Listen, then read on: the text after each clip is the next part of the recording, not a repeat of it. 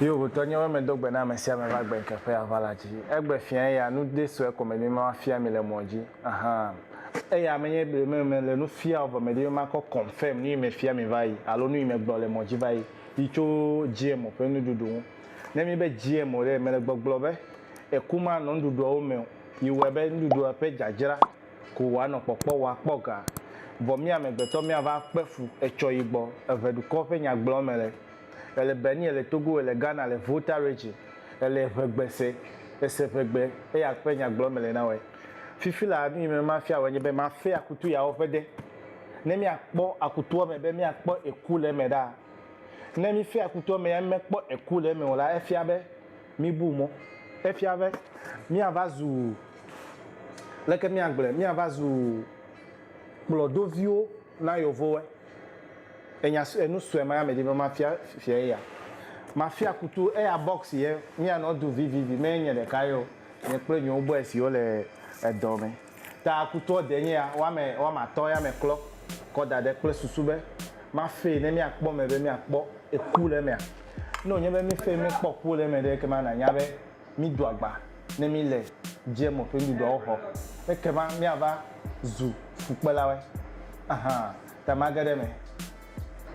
Ok, ta ma yiji ta nuit me le gbagba ma fait akutuo me ta akutuo me ma fait e ke ma na kpo akutuo me da ma fait ne wa sugbo le kpo da de ma fait ne wa sugbo pe susu be mi akpo te fe ye ko le ne de ko me le fe me di ma fait ne na kpo ebe e ku le me alo e ku me le mo ban apa de kanya e ku me le mo apa vele nya e ku me le mo apa to le nya e ku me le mo e kpo da de enye devi ele chichi gbo vare e ya gbo mele na we ma da si la pa ma ma cho ya da pa ne na kpo e aha be ele ti gbede mele cho e kpo de e ku mele mo e ya e ku mele mo e ya e ku mele mo okay ma ide e toliaji melo pete cho mele da si I'm not using chopping board because this is so simple for me to cut. Ekpadade, ekumelemo. Ekpadade, ekumelemo. Ekpadade, ekumelemo. Ekumelemo. Ofete ekumelemo. E anyama le nekpopo. Neme koya kodade macho. Enelia. Macho da kpane. Ekemana kpome. E ache ekumelemo. Efiche ekumelemo.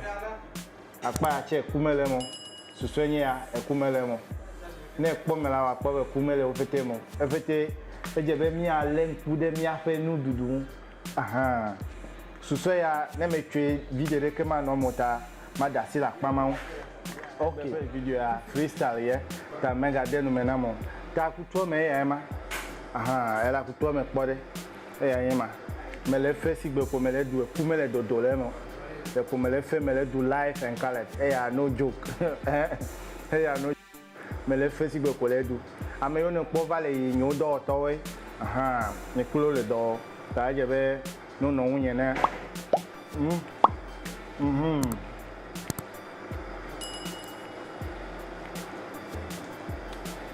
ta pa mama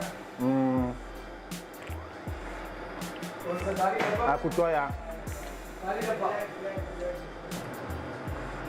tatonye we akutuo mele du mechina me be de ole la o vivien ngana e kumele mo tanu dudu yomi ko le fefe mi afa bli yomi ko le fefe mi afa agbeli yomi ko le fefe mi afa tomato split yomi ko le fefe ne menya wo le fe me do ava o mi gbereka engineer yovo ho engineer le miasi yovo ho no si anu le miasi comment roba mettons le wo le vedomo le que magbe menya factory le vedomo blade oko diege klache atanyo gete nyem kwade e ya klache me pole ole femo e kweda de menya le wo femo bo ayo ole miasi mile se government de aha nene ma e no dola yema mim dola fe kudo mi ape ndudu ne mi afe kudo mi ape awudodo mi afe kudo mi ape technology a menye kudo mi ape ndudu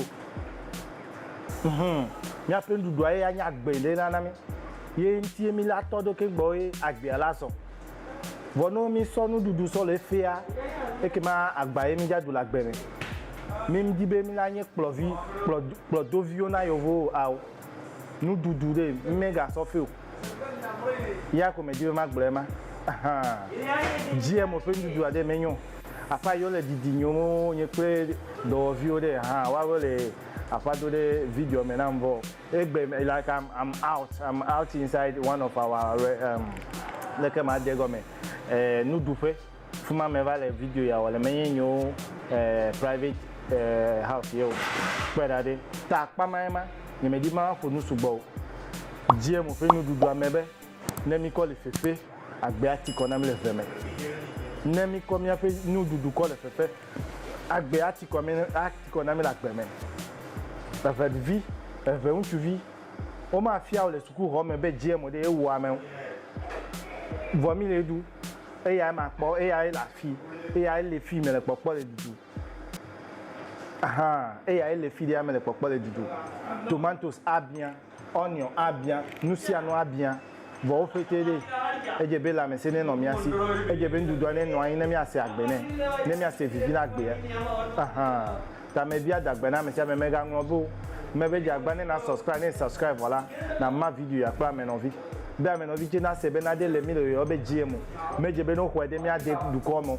meje be no hwede lo amo meje be no hwede Beni meje be no hwede Volta region egbe me didi be mi atlema mi ato selfish to dewe doku to dila dewe odi be gata yo a ho GM cover mi ade me awo mi me la pa mamu we will not support it mega support idea ma ame ibo jagba konu ma ko ide parliament be no vai pass bill made mi trobia me ibo se bede ne akutupe ku hia mi de mi avai play yovo gbo ape mi adua ye na yovo china mi be kuto ku ovore e ka mi afa me bia dagbe na wa me no vi mi anoka